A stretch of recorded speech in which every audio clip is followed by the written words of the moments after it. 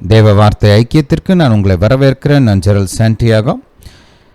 இன்று நாம் ஒரு புதிய தொடரை ஆரம்பிக்க போகிறோம். எல் ஷடாய், அற்புதங்களின் தேவன் என்ற தலைப்பில் தியானிக்க போகிறோம். ஜெபிக்கலாம். பிதாவே, இயேசுவின் நாமத்தினால் வருகிறோம். தாப்பனே, உமக்கு ஸ்தோத்திரம். நீர் பெரியவர், சர்வ வல்லவர், வானத்தையும் பூமியும் உண்டாக்கின நல்ல தேவன், எங்களை ஆசிர்வதிக்கிற தேவன், எங்களுக்கு நன்மை செய்கிற தேவன், எங்களுக்கு இரக்கம் பாராட்டுகிற தேவன்.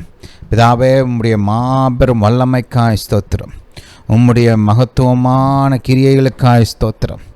பிதாவே, நீர் அற்புதங்களின் தேவன். எங்கள் வாழ்வில் நீர் என்றும் அற்புதங்களை செய்கிறவராக இருக்கிறபடியால் ஸ்தோத்திரம். தாப்பனே, உம்மை குறித்த வெளிச்சத்தை எங்களுக்கு கொடுக்க வேண்டுமா ஜெபிக்கிறோம். உம்முடைய வார்த்தைகளை எங்களுக்கு போதிக்க வேண்டுமா ஜெபிக்கிறோம். தாப்பனே, உம்முடைய ஞானம், புத்தி, அறிவு, வெளிச்சத்தினால் எங்களை நிரப்ப வேண்டுமா ஜெபிக்கிறோம். தாப்பனே, இந்த காலத்திற்கு தேவையான சரியான வார்த்தைகளை கொடுக்க வேண்டுமா ஜெபிக்கிறோம். எங்கள் வாழ்க்கைக்கு தேவையான பதில்களை வெளிப்படுத்த வேண்டுமா ஜெபிக்கிறோம். தாப்பனே, என் சத்தத்தை கேட்டுக்கொண்டிருக்கிற ஒவ்வொருத்தருக்காகவும் வருகிறேன். தாப்பனே, உம்முடைய பலத்த கரத்தை நீட்டி மக்களை குணமாக்க வேண்டுமா ஜெபிக்கிறேன். உம்முடைய குணமாக்கும் அபிஷேகம் எல்லாவித நோய்கள், வலி, வேதனைகளை நீக்கட்டும். தாப்பனே, அற்புதங்களும் அடையாளங்களும் இயேசுவின் நாமத்தினால் நடக்கட்டும். தாப்பனே, உம்முடைய அபிஷேகம் நுகங்களை முறிக்கட்டும், கட்டுகளை அவிழ்க்கட்டும், சுமைகளை நீக்கட்டும். தாப்பனே, மக்களுக்கு பலன் உண்டாகட்டும். ஆவி, ஆத்மா, சரீரத்தில் பலன் உண்டாகட்டும். முன்னேறி செல்வதற்கான பலன், தேவ சித்தத்தை செய்வதற்கான பலன், மேற்கொள்வதற்கான பலன் பிதாவே இப்பொழுதே ஜனத்திற்கு உண்டாகட்டும். பிதாவே, நீர் பெரியவர் என்று சொல்கிறோம். உம்மால் எல்லாம் கூடும் என்று சொல்கிறோம். உம்மால் கூடாத காரியம் ஒன்றுமில்லை, உமக்கு கடினமானது என்று எதுவும் இல்லை என்று சொல்கிறோம். தாப்பனே, ஒவ்வொருத்தருக்கும் எந்த இடத்தில் தேவை இருக்கிறதோ அந்த இடத்துல உம்முடைய வல்லமை வெளிப்படட்டும், உம்முடைய அற்புதங்கள் வெளிப்படட்டும். பிதாவே, நீர் அப்படியே செய்கிறபடியால் ஸ்தோத்திரம். இயேசுவின் நாமத்தினால் பிதாவே, ஆமென். ஹல்லேலூயா, ஹல்லேலூயா டு ஜீசஸ். நம்முடைய கர்த்தர் நல்லவர், நம்முடைய கர்த்தர் சர்வ வல்லவர், நம்முடைய கர்த்தர் நமக்கு உதவி செய்கிற தேவன், நமக்கு பலனை கொடுக்கிற தேவன், நம்மை ஆசிர்வதிக்கிற தேவன், நம்முடைய நன்மையை விரும்புகிற தேவன். ஹல்லேலூயா, ஹல்லேலூயா டு ஜீசஸ். நம்முடைய தேவன் சர்வ வல்லவர், அவர் அற்புதங்களின் தேவன். சர்வ வல்லவர், எல் ஷடாய் அப்படின்னா சர்வ வல்லவர்னு தெரியும். அது அந்த எல் ஷடாய்ன்ற அந்த எபிரேய நாமத்துக்கு உண்டான வெவ்வேறு அர்த்தங்களும் தெரியும் எனக்கு.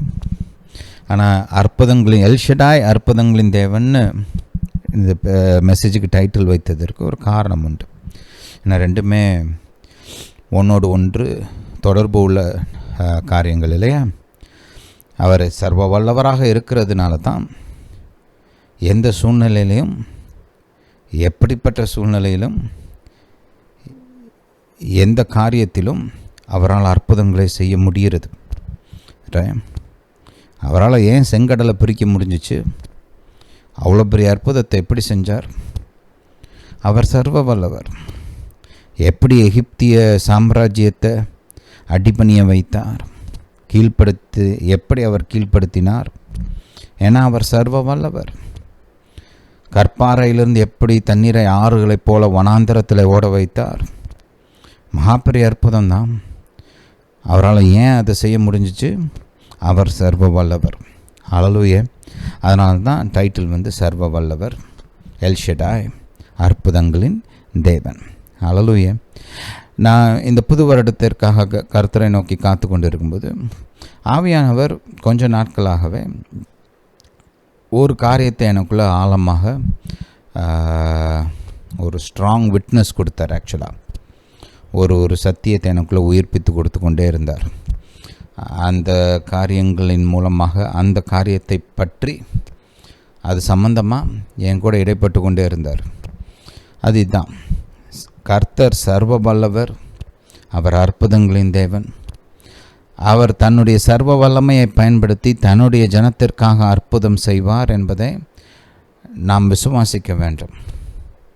ஏன்னா இந்த ஆண்டு நமக்கு எப்படி நிரம்பி வழியே போகிற ஆண்டாக இருக்க போகுது, அந்த அனுபவத்துக்குள்ளே நம்ம எப்படி கடந்து போகிறோம் அப்படின்னா இந்த காரியத்தை விசுவாசிப்பதன் மூலமாக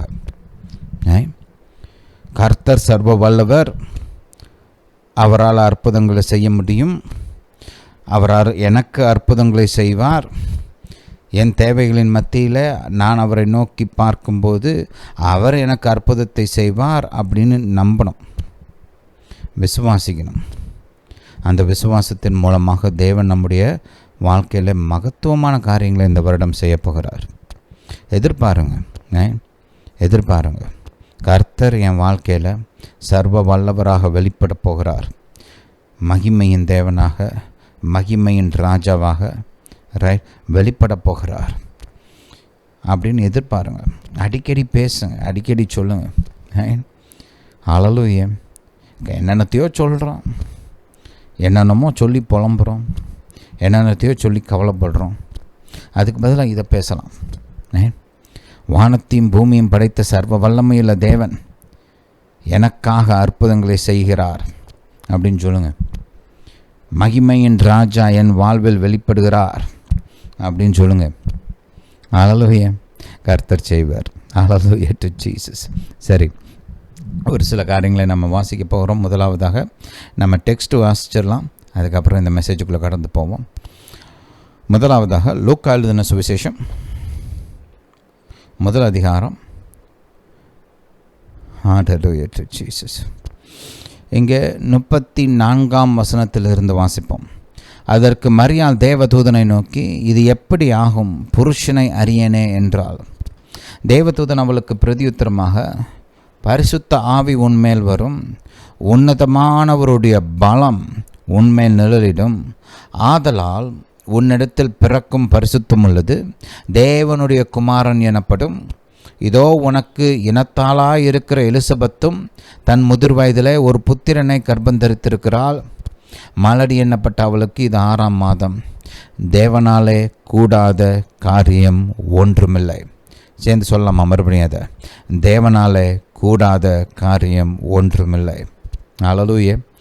மார்க் எழுதின சுவிசேஷம் 10ஆம் அதிகாரம் 27ஆம் வசனத்தை வாசிப்போம்.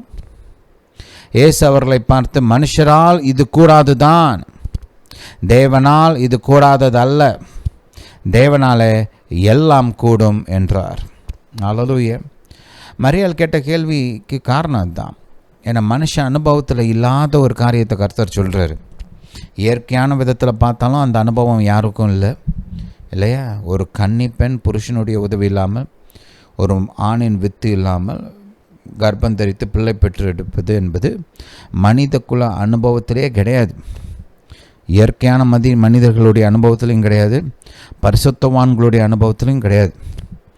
கர்த்தர் ஆசீர்வதித்து பெற்ற பிள்ளைகள் கூட அந்த ஆணுடைய வித்து எப்பொழுதுமே பயன்படுத்தப்பட்டது. இப்போ ஆபிரகாமுக்கும் சாராளுக்கும் கர்த்தர் வயதான காலத்தில் பிள்ளை பெற்றுக்கொள்ள முடியாத சூழ்நிலையில் அவர்களுக்கு பலனை கொடுத்து அவர்களுடைய சரீரத்தையும் கர்ப்பத்தையும் உயிர்ப்பித்து அவர்களுக்கு வாக்கு பண்ணப்பட்ட ஈசாக்கை பிள்ளையாக கொடுத்தார். ஆனால் அந்த அனுபவத்திலும் ஆபிரகாமுடைய வித்து பயன்பட்டது.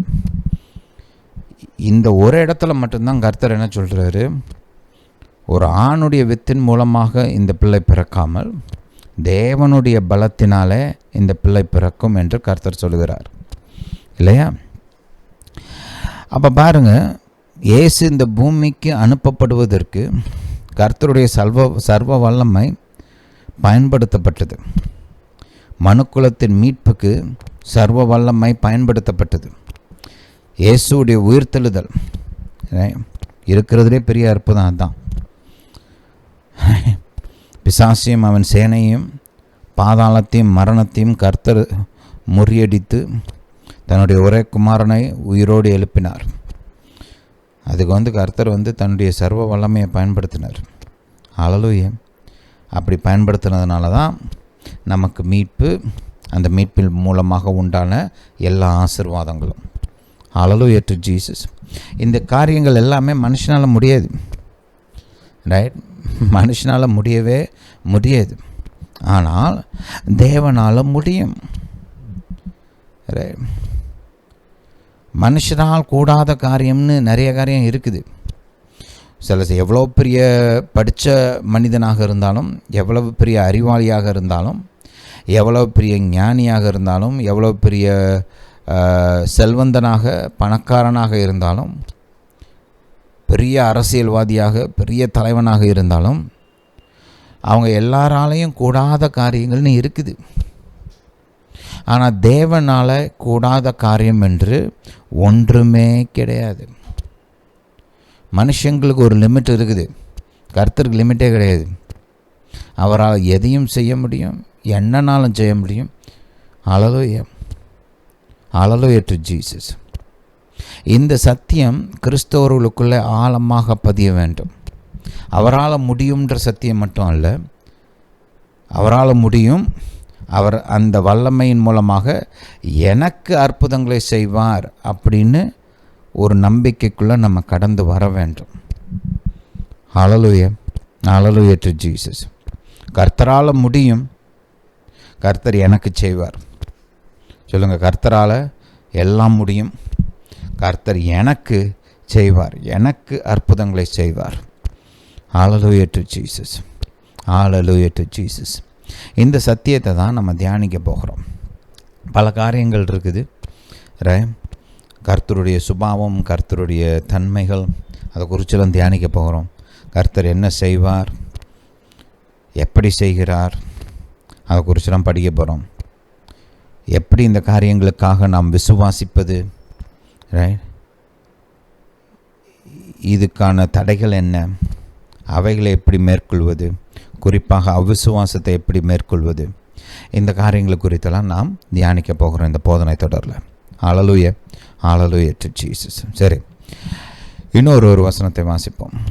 ஏசாயா தீர்க்கதரிசியின் புஸ்தகம் 44ஆம் அதிகாரம், இல்லை 43 முதல்ல போகலாம். 43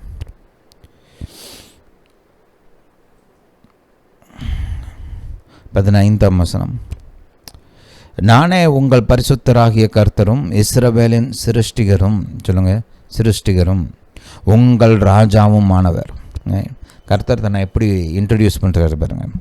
நான் உங்கள் பரிசுத்தராகிய கர்த்தர், இஸ்ரவேலின் சிருஷ்டிகர், உன்னை உண்டாக்கின தேவன் நான் தான் அப்படின்னு சொல்கிறார்.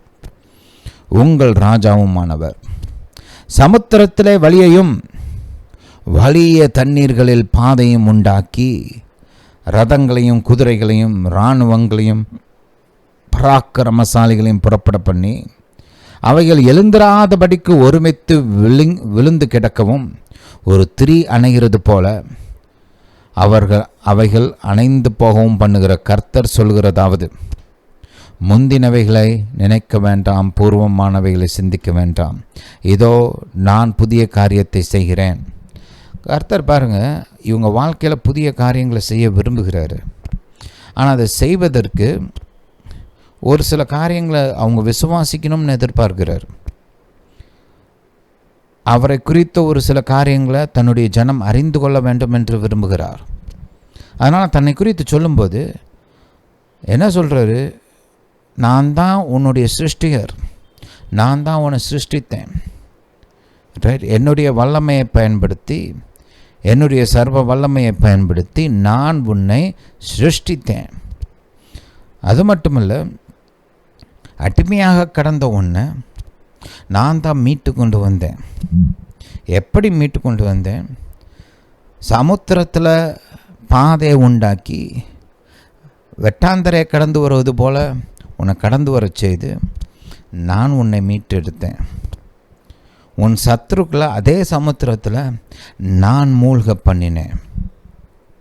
உனக்கு ஒரு நிரந்தரமான மீட்பை நான் உண்டு பண்ணினேன். இப்படி உண்டாக்கின கர்த்தராகிய நான், உன்னை சிருஷ்டித்த கர்த்தராகிய நான், உனக்கென்று மகிமையான அற்புதங்களை செய்து உன்னை மீட்டெடுத்த நான் உனக்கு ஒரு புதிய காரியத்தை செய்ய போகிறேன் அப்படின்னு கர்த்தர் சொல்கிறார். ஹல்லேலூயா. அந்த அந்த ஃபார்மேட்டை மைண்டில் வச்சுக்கோங்க. உன்னை உண்டாக்கின நான் உனக்காக மாபெரும் அற்புதங்களை செய்து உன்னை மீட்டெடுத்த நான் உனக்கு புதிய காரியத்தை செய்ய போகிறேன். ஹல்லேலூயா. சொல்லுங்கள், கர்த்தர் எனக்கு புதிய காரியங்களை செய்ய போகிறார். இன்னொரு தடவை சொல்லலாமா? கர்த்தர் எனக்கு புதிய காரியங்களை செய்ய போகிறார். அடுத்த அதிகாரம் 44ஆம் அதிகாரம் 24ஆம் வசனத்தை வாசிப்போம். உன் மீட்பரும், சொல்லுங்க, உன் மீட்பரும் தாயின் கர்ப்பத்தில் உன்னை உருவாக்கினவருமான கர்த்தர் சொல்லுகிறதாவது, நானே எல்லாவற்றையும் செய்கிற கர்த்தர், நான் ஒருவராய் வானங்களை விரித்து நானே பூமியை பரப்பினவர். கர்த்தர் இஸ்ரவேலின் மீட்பை குறித்து தான் தொடர்ந்து பேசிகிட்டு இருக்கிறார். பாபிலோன்லேருந்து அவங்கள மீட்டெடுக்க போகிற காரியத்தை குறித்து தொடர்ந்து பேசிக்கொண்டு இருக்கிறார். அப்படி பேசும்போது இந்த காரியத்தை மறுபடியும் சொல்கிறார், நான் தான் உன்னுடைய மீட்பர். ரைட்? அடிமைத்தனத்தின் வீட்டில் நீ இருந்த, ஒரு இரும்பு பட்டறையில் இருக்கிறவன் போல் இருந்த, வாழ்க்கையே கசப்பாக இருந்துச்சு உனக்கு. வாழ்க்கையின் அனுபவம் கொடூரம் தான். கொடூரத்தை நாள்தோறும் அனுபவித்து கொண்டிருந்தாய். உனக்கு எதிர்காலம் இல்லாமல் இருந்துச்சு, உன் பிள்ளைக்கு எதிர்காலம் இல்லாமல் இருந்துச்சு, உன் பேரனுக்கு எதிர்காலம் இல்லாமல் இருந்துச்சு. உன் வாழ்க்கை நல்ல ஒரு வாழ்க்கையாக மாறுவதற்கு வழியே இல்லாமல் இருந்துச்சு. அப்படிப்பட்ட சூழ்நிலையில் நான் உன்னை மீட்டெடுத்து நான் கொண்டு வந்திருக்கிறேன் இந்த நல்ல தேசத்துக்கு. அப்படி உன்னை மீட்டு கொண்டு வந்த கர்த்தர் நான் சொல்கிறேன் அப்படின்னு சொல்கிறார். இன்னொரு காரியத்தையும் சொல்கிறாரு, தாயின் கர்ப்பத்தில் உன்னை உருவாக்கின கர்த்தர் நான் அப்படின்னு சொல்கிறாரு. அல்லேலூயா. கர்த்தர் ஒரு பர்சனல் கர்த்தர் பாருங்க. இப்போ ரொம்ப பர்சனலானவர். அதை ரொம்ப புரிஞ்சுக்கணும் நம்ம. கர்த்தர் மனுக்குலத்தின் தேவன் அப்படின்னு ஒரே ஒரு நாமத்தை வச்சுக்கிட்டு இருந்துட்டு சும்மா இருந்திருக்கலாம் இல்லையா? த காட் ஆஃப் மேன்கைண்ட் அப்படின்னு சொல்லியிருந்துருக்கலாம். ஆனால் கர்த்தர் பாருங்க, தனக்கு பல நாமங்கள் அவரே சொல்கிறாரு. ஆபிரகாமின் தேவன், ஈசாக்கின் தேவன், யாக்கோபின் தேவன், தாவீதின் தேவன். ஏன் அப்படி ஆட்களுடைய பேரை சொல்லி அவங்களுடைய தேவன் தானே சொல்லுகிறாரு? ஏன்? ஏன்னா அவர் வெறுமனே இந்த பூமியை உண்டாக்கின கர்த்தர் மட்டுமல்ல. அல்லேலூயா. வானத்தையும் பூமியை உண்டாக்கிட்டு மனுஷனை உன்னை உருவாக்கிட்டேன், இனிமேல் நீ உன் வாழ்க்கையை நீ பார்த்துக்க அப்படின்னு விட்டுட்டு போகிறவர் இல்லை. இவர் பார்த்திங்கன்னா ஒரு பர்சனல் தேவன். தனிப்பட்ட விதத்தில் நம்முடைய வாழ்க்கையில் கவனம் செலுத்துகிற தேவன். தனிப்பட்ட விதத்தில் நம்முடைய வாழ்க்கையை கவனித்து நம்மை ஆதரித்து நமக்கு உதவி செய்கிற தேவன். அதான் அதை சொல்கிறாரு, தாயின் கர்ப்பத்தில் உன்னை உருவாக்கினவருமான.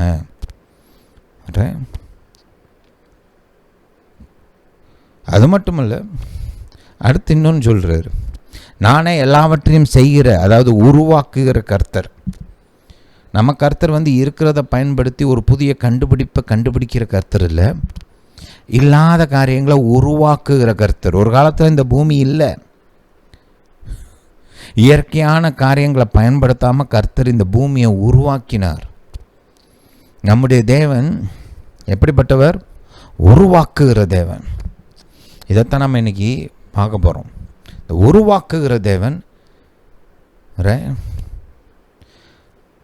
அவர் யார்? அவர் எப்படிப்பட்டவர்? அதனால் நமக்கு என்ன லாபம்? அதை குறிச்செல்லாம் கொஞ்சம் இன்றைக்கி நம்ம யோசிக்க போகிறோம், கொஞ்சம் தியானிக்க போகிறோம். ஆதியாகமத்துக்கு போகலாம். இதை வாசித்து முடிச்சிடுவோம். நானே எல்லாவற்றையும் செய்கிற கர்த்தர், நான் ஒருவராய் வானங்களை விரித்து நானே பூமியை பரப்பினவர். அல்லேலூயா. சரி, மைண்டில் வச்சுக்கோங்க அதை. இப்போ ஆதியாகமத்துக்கு போகலாம். ஆதியாகமம் 1ஆம் அதிகாரம் 1ஆம் வசனம். ஆதியிலே தேவன் வானத்தையும் பூமியும் சிருஷ்டித்தார். பைபிள்லேயே ரொம்ப முக்கியமான வசனம் இதுதான். இந்த மொத்த பைபிள்லையும் இருக்கிறதே ரொம்ப முக்கியமான வசனம் எதுன்னா இந்த வசனம் தான். ஆதியில், ஆதியில் ஆரம்பத்தில் யார் இருந்தால்? தேவன் இருந்தார். அவர் தான் ஆல்ஃபா, அவர் தான் ஆரம்பம், அவர் தான் முதலானவர். அவருக்குள்ளே இருந்து தான் எல்லாம் வெளியில் வந்துச்சு. அவர் தான் சகலத்தையும் உண்டாக்கினவர், அவர் தான் சகலத்தையும் உருவாக்கினவர். நம்முடைய தேவன் ஆல்ஃபாவும் ஒமேகாவுமாக இருக்கிறார், ஆதியும் அந்தமுமாக இருக்கிறார், முந்தினவரும், ஃபஸ்ட்டு பிந்தினவரும் லாஸ்ட். ரைட்? நம்முடைய தேவன் தான் எல்லாம். அப்போ ஆதியில் ஆல்ஃபாவாக ஆரம்பமாக யார் இருந்தால் தேவன் தான். அவர் தான் எல்லாத்தையும் ஆரம்பித்தார். அவருக்குள்ளே இருந்தால் சகலமும் வெளியில் வந்துச்சு. அதனால் ஆதியில் தேவன் இருந்தார். தேவன் என்ன பண்ணாராம்? வானத்தையும் பூமியையும் சிருஷ்டித்தார். அந்த ஒரு வசனத்தில் அநேக வெளிப்பாடுகள் இருக்குது. நம்ம குறிப்பாக நமக்கு இந்த டாபிக் சம்மந்தப்பட்ட காரியங்களை கொஞ்சம் பார்ப்போம். ரைட்? வானத்தையும் பூமியும் ஒருத்தர் சிருஷ்டிக்கணும்னா அவங்க எப்படிப்பட்டவங்களாக இருக்கணும்? ஒரு லிமிட்டட் பவர் உள்ள ஒரு ஆளால் செய்ய முடியாது. என்னுடைய வல்லமை ஒரு 300 kg என்னால் தூக்க முடியும், எனக்கு அவ்வளோ பலன் இருக்குது அப்படின்னு ஒரு சிலர் சொல்லலாம். நான் பெரிய பலவான், என்னால் 300 kg தூக்க முடியும். சரி, 300 kg தூக்குறதுக்கு கர்த்தருக்கு ஸ்தோத்திரம், நீங்கள் பலவான் தான். ஆனால் அதை வச்சு எதையும் சிருஷ்டிக்க முடியாது, ஒன்றத்தையும் சிருஷ்டிக்க முடியாது. ஐயா எனக்கு ரொம்ப ஞானம் இருக்குது, நான் எலக்ட்ரானிக்ஸ் படிச்சிருக்கேன், இன்ஜினியரிங் படிச்சிருக்கிறேன், கம்ப்யூட்டர் தெரியும், கர்த்தருக்கு ஸ்தோத்திரம். ஆனால் அதை வச்சு ஒன்றையும் சிருஷ்டிக்க முடியாது. ஒன்றையுமே சிருஷ்டிக்க முடியாது. இன்றைக்கி இருக்கிற பெரிய அறிவாளி, எல்லாம் தெரிஞ்ச ஞானி, அவனால் ஒரு கொத்த காரியத்தை சிருஷ்டிக்க முடியாது. மனிதன் இருக்கிறத பயன்படுத்தி ஒரு புதிய கண்டுபிடிப்பை கண்டுபிடிக்க முடியும். ரைட்? ஆனால் அவனால் எதையுமே இல்லாமல், இயற்கையான எதையும் பயன்படுத்தாமல் ஒரு சின்ன காரியத்தை கூட சிருஷ்டிக்க முடியாது. அவ்வளோ இப்போ ஒரு பெரிய சயின்டிஸ்ட்டு அவர்கிட்ட போனீங்கன்னா அவர் லேபில் இருக்கிற ஆல்ரெடி உருவாக்கப்பட்ட பல காரியங்களை ரசாயன பொருளாக, ரா மெட்டீரியலாக வச்சுருப்பார். வச்சு அதை இப்படி மிக்ஸ் பண்ணி அப்படி மிக்ஸ் பண்ணி அந்த விதத்தில் கலந்து இந்த விதத்தில் கலந்து இந்த காம்பினேஷன் அந்த காம்பினேஷன் அப்படிலாம் ஒர்க் அவுட் பண்ணி புதுசாக ஒன்று ஏதாவது ஒன்று கண்டுபிடிப்பார்.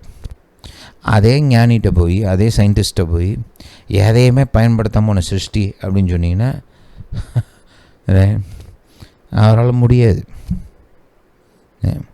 ஒரு அரசாங்கத்தினால் இருக்கிறத பயன்படுத்தி நிறைய செய்ய முடியும். ஆனால் அவங்கள்ட்ட போய் எதையுமே பயன்படுத்தாமல் ஒன்று சிருஷ்டி, இயற்கையான எந்த காரியத்தையும் நீ பயன்படுத்தக்கூடாது, ஏதாவது ஒரு காரியத்தை உண்டாக்கு பார்ப்போம், உருவாக்கு, சிருஷ்டி அப்படின்னு சொன்னீங்கன்னா அவங்களால முடியாது. சிருஷ்டிகர்த்தராக இருக்கணும்னா அவர் ஒரு அரசாங்கத்தை போல் பலம்லாம் பத்தாது. இல்லை நாங்கள் ஒரு கூட்டணிங்க, நாங்கள் யுனைடெட் நேஷன்ஸ், நேட்டோ, பிரிக்ஸ், வல்லமையான ஒரு கூட்டணி நாங்கள், G7, G20. நீங்கள் G7க்கு போனாலும் சரி, G20க்கு போனாலும் சரி, அவங்கள்ட்ட எதையும் இயற்கையான எதையும் பயன்படுத்தாமல் ஒரு காரியத்தை நீ உண்டாக்கு அப்படின்னு சொன்னீங்கன்னா ஒரு வயலாலையும் முடியாது. அவ்வளோ ஏன்னா அவங்களுக்கு வல்லமை இருக்குது, உண்மைதான். நிறைய பணம் வச்சுருக்கிறாங்க, பெரிய பெரிய அறிவாளிகள்லாம் அவங்க கண்ட்ரோலில் இருக்கிறாங்க. சரி, அப்போ அவங்களெல்லாம் பயன்படுத்தி அவங்களால நிறையா செய்ய முடியும், நிறையா சாதிக்க முடியும், உண்மைதான். ஆனால் அவங்களால எதையாவது சிருஷ்டிக்க முடியுமா? முடியாது. ஒத்த புல்லை சிருஷ்டிக்க முடியாது, ஒரு சின்ன மூட்டை பூச்சியை கூட சிருஷ்டிக்க முடியாது. புரியுதா? ஹல்லேலூயா, ஹல்லேலூயா டு ஜீசஸ். அப்போது நம்ம கர்த்தர் எப்படிப்பட்டவர்? அவர் இவங்கள மாதிரி லிமிட்டட் அமௌண்ட் ஆஃப் வல்லமை உள்ளவர் இல்லை, லிமிட்டட் அமௌண்ட் ஆஃப் பவர் உள்ளவர் கிடையாது. அவருடைய வல்லமைக்கு அளவே கிடையாது. அது மட்டும் இல்லை, அவருடைய ஞானத்திற்கும் அளவே இல்லை. நம்மளோட மனுக்குலத்துடைய ஞானம்லாம் பாட்டம் ஆஃப் த பேரல் கூட கிடையாது. ரைட்? கர்த்தர் முன்னாடி சொல்கிறேன். ரைட்? நம்மெல்லாம் பெரிய பெரிய அறிவாளிகள்லாம் இருக்கிறாங்க, ரொம்ப படித்தவங்களாம் இருக்கிறாங்க, நிறைய சாதித்தவங்களாம் இருக்கிறாங்க. ஆனால் அவங்களுடைய ஞானம் கர்த்தர் முன்னாடி கம்பேர் பண்ணி பார்த்தோம்னா அது ஒன்றுமே கிடையாது. அப்போ இந்த காரியத்தெல்லாம் சிருஷ்டிக்கணும்னா, ஏன்னா அந்த ஞானத்தெல்லாம் பயன்படுத்தி ஏதாவது ஒன்று உருவாக்க சொல்லுங்கள் பார்ப்போம். முடியுமா? முடியாது. கண்டுபிடிக்க முடியும், உருவாக்க முடியுமா? சிருஷ்டிக்க முடியுமா? இயற்கையான எந்த காரியத்தையும் பயன்படுத்தாமல் சிருஷ்டிக்க முடியுமா? முடியாது. ஆனால் நம்முடைய தேவன் எப்படிப்பட்டவர்? அளவில்லாத ஞானமுள்ள தேவன். அது மட்டுமல்ல, அளவில்லாத வல்லமையுள்ள தேவன். அவர் தன்னுடைய அளவில்லாத ஞானத்தையும் அளவில்லாத தன்னுடைய வல்லமையும் பயன்படுத்தி வானத்தையும் பூமியையும் சிருஷ்டித்தார். கண்டுபிடிக்கலை. அவர் ஒன்றும் கொலம்பஸ் கிடையாது, இருந்து அமெரிக்காவை போய் கண்டுபிடிக்கிறதுக்கு. அமெரிக்க கண்டத்தையே உருவாக்கின தேவன் நம்முடைய தேவன்.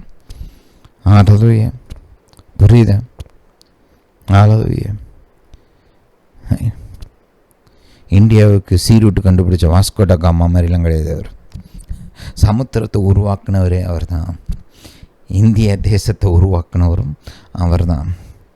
கண்டுபிடிப்புக்கும் உருவாக்குறவங்களுக்கும் வித்தியாசம் இருக்குது. நம்முடைய தேவன் உருவாக்குகிற தேவன், மனிதர்கள் கண்டுபிடிக்கிறவர்கள். ஹல்லேலூயா. God is a creator, man is a inventor. ஹல்லேலூயா. அப்போ பாருங்கள், இந்த தேவன் எப்படிப்பட்டவர்? சர்வ வல்லவர், ஓகே. ஞானமுள்ளவர், அதுவும் ஓகே. ஆனால் அதையும் தாண்டி அவர் மனிதன் மேல், நம் மேல், உங்கள் மேல், என் மேல் அன்புள்ளவராகவும் இரக்கமுள்ளவராகவும் இருக்கிறார். ஏன்னா அவருக்கு இருந்த அந்த ஞானத்தையும் வல்லமையும் பயன்படுத்தி அவர் என்னத்தினாலும் செஞ்சுருக்கலாம், எப்படினாலும் செஞ்சுருக்கலாம். இந்த பூமியை உருவாக்கும் போது ஆக்சிஜன் லெவலை கொஞ்சம் கம்மி பண்ணி கொஞ்சம் கஷ்டப்பட்டு வாழு அப்படின்னு செஞ்சுருக்கலாம். இல்லை தண்ணி கிடைக்காத ஒரு பூமியாக, இல்லை கொஞ்சோண்டு தண்ணி இருக்கிற மாதிரி, லிமிட்டடாக தண்ணீர் இருக்கிற மாதிரி ஒரு பூமியை அதை உருவாக்கியிருக்கலாம். அநேக மரம், செடி, கொடிகள், ஏராளமான கனிகள், ஏராளமான மிருக ஜீவன்கள், இதெல்லாம் இல்லாமல் கொஞ்சோண்டு அப்படி உருவாக்கியிருக்கலாம். இந்த காற்றை சுவாசிக்கிறதுக்கு கொஞ்சம் கஷ்டப்படுத்தியிருக்கலாம் நம்மளை. இவ்வளோ ஈஸியாக யோசிக்காமல் சுவாசிக்கிறோம் இல்லையா நம்மளாம். அப்படி ஈஸியாக செய்யாமல் கொஞ்சம் கஷ்டப்படுற மாதிரி அவர் செஞ்சுருக்கலாம் இல்லையா?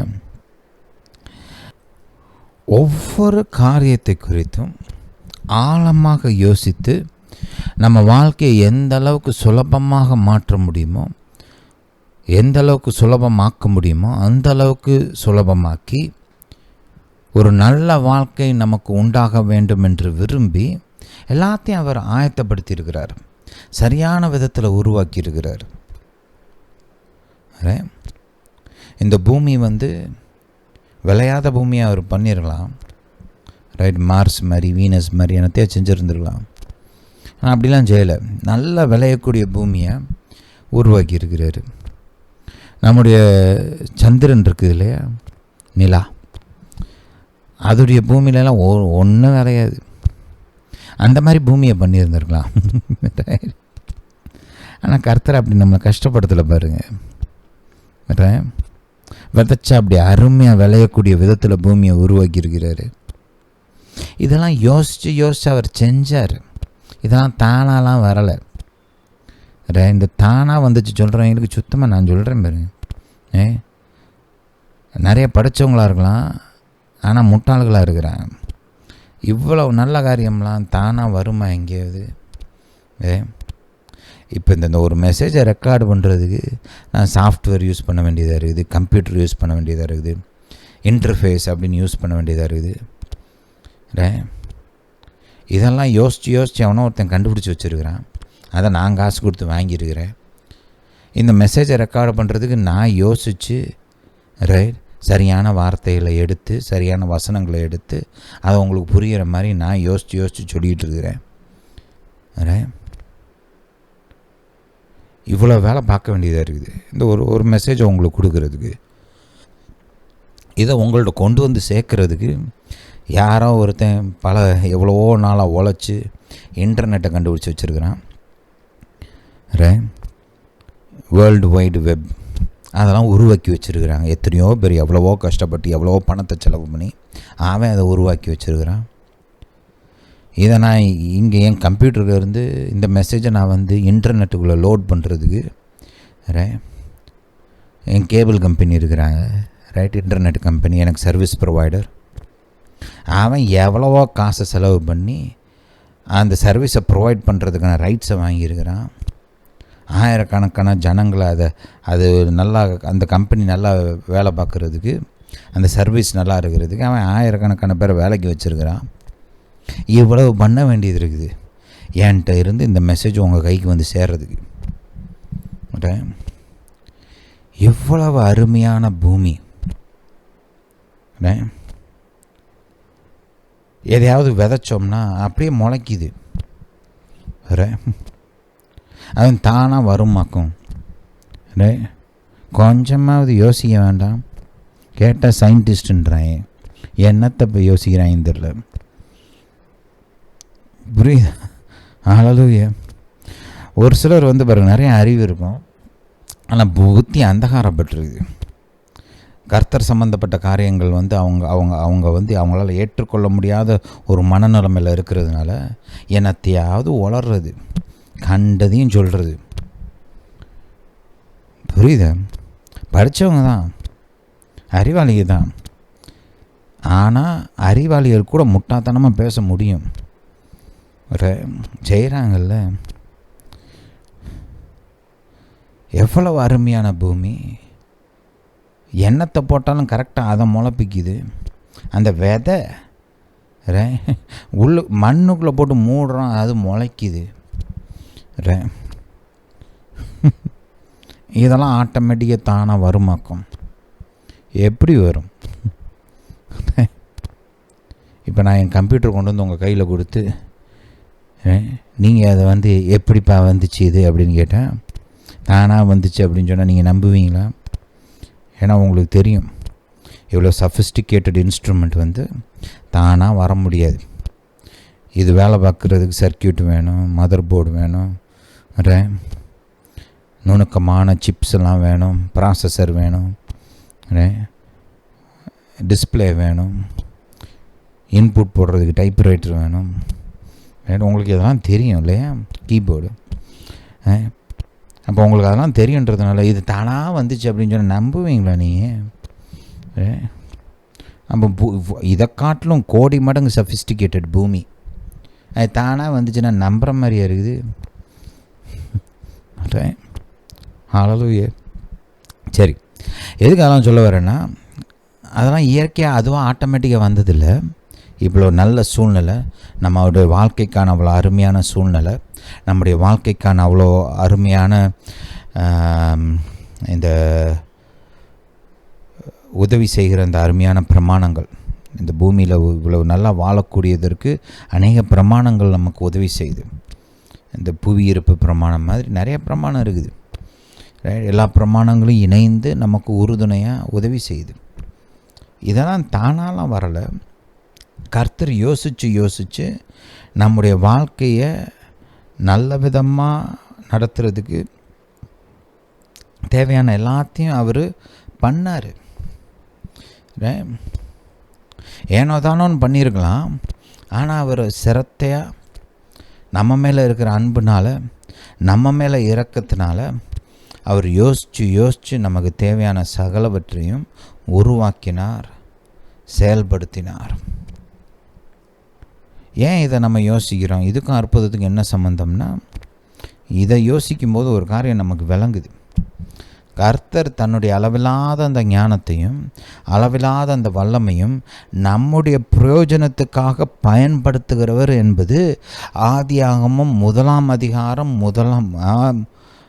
1ஆம் வசனத்திலேயே அந்த போதனை ஆரம்பிச்சிருது. அந்த சாப்டர் முழுசாக அதுதான்.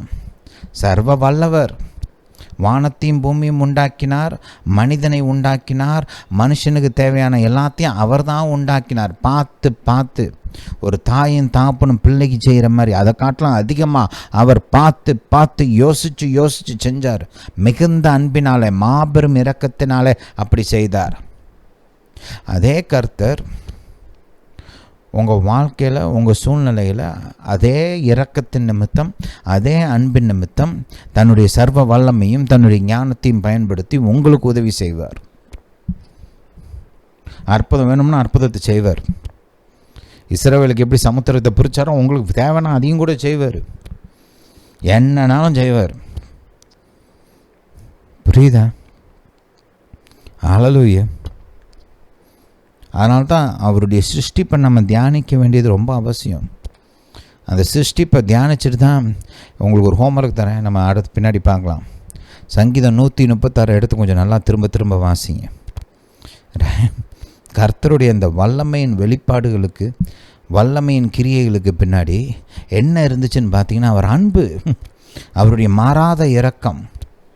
அந்த அன்பின் நிமித்தம், அந்த இரக்கத்தின் நிமித்தம் தன்னுடைய வல்லமையை பயன்படுத்தி தன்னுடைய ஜனத்திற்கு பிரயோஜனமான காரியங்களை அவர் செய்கிறவராக இருக்கிறார். இதுதான் கர்த்தரை குறித்த ஒரு வெளிச்சம். ஆதியாகமம் முழுவதும் இது நமக்கு போதிக்கப்படுகிறது. சர்வ வல்லவர் தன்னுடைய வல்லமையை தன்னுடைய மக்களின் பிரயோஜனத்துக்காக பயன்படுத்துகிறார். ஹல்லேலூயா, ஹல்லேலூயா டு ஜீசஸ். இந்த காரியங்களை குறித்து அடுத்த மெசேஜை தொடர்ந்து தியானிப்போம். இந்த போதனை கேட்டபடியால் நன்றி. இந்த போதனையை உங்கள் குடும்பத்தார், உற்றார் உறவினர்கள், நண்பர்கள், ஊழியக்காரங்க, விசுவாசிகள் எல்லாருக்கும் அனுப்பிச்சி வைங்க. ரைட், மெசேஜஸ்லாம் ஃபார்வர்ட் பண்ணுங்கள். ரைட், எல்லோரும் கேட்டு பயன்பெறட்டும், ஆசீர்வாதத்தை பெற்றுக்கொள்ளட்டும். உங்களுடைய உதவிக்காக நன்றி. கர்த்தர் உங்களை ஆசீர்வதிப்பாராக. நம்முடைய இயேசு ராஜா சீக்கிரம் வருகிறார்.